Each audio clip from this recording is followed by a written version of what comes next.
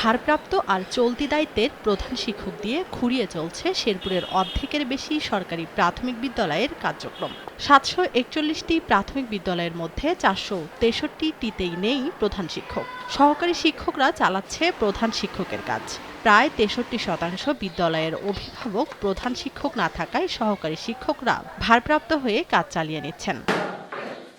প্রশিক্ষণ আর যোগ্যতা নেই অধিকাংশ ভারপ্রাপ্ত প্রধান শিক্ষকদের। সংকট নিরসনে সহকারী শিক্ষকদের প্রধান শিক্ষক হিসাবে পদোন্নতি দেওয়ার কথা থাকলেও ঝুলে আছে বছরের পর বছর। শিক্ষকদের অতিরিক্ত দায়িত্ব দেওয়ায় পাঠদানে ঘাটতিসহ নানা জটিলতা তৈরি হচ্ছে।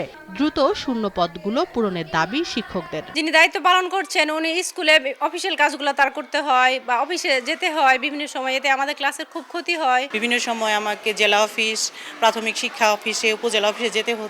দ্রুত সময়ের মধ্যে আমরা চাই প্রধান শিক্ষকের শূন্যপদটা যেন পূর্ণ হয়। দ্রুত শূন্য পদে প্রধান শিক্ষক নিয়োগ দেওয়ার আশ্বাস জেলা প্রাথমিক শিক্ষা কর্মকর্তার। আইনি জটিলতাগুলো নিরসন করে আমাদের নিয়োগ প্রক্রিয়াটা খুব দ্রুত হয়তো সম্পন্ন করা হবে। শেরপুর জেলার 5টি উপজেলার মধ্যে সদরে 116টি, নালিতাবাড়ীতে 82, ঝিনাইগাতীতে 68, নলকায় 75 এবং শ্রীবদ্দী উপজেলায় 122টি সরকারি প্রাথমিক বিদ্যালয়ে প্রধান শিক্ষকের পদ শূন্য রয়েছে।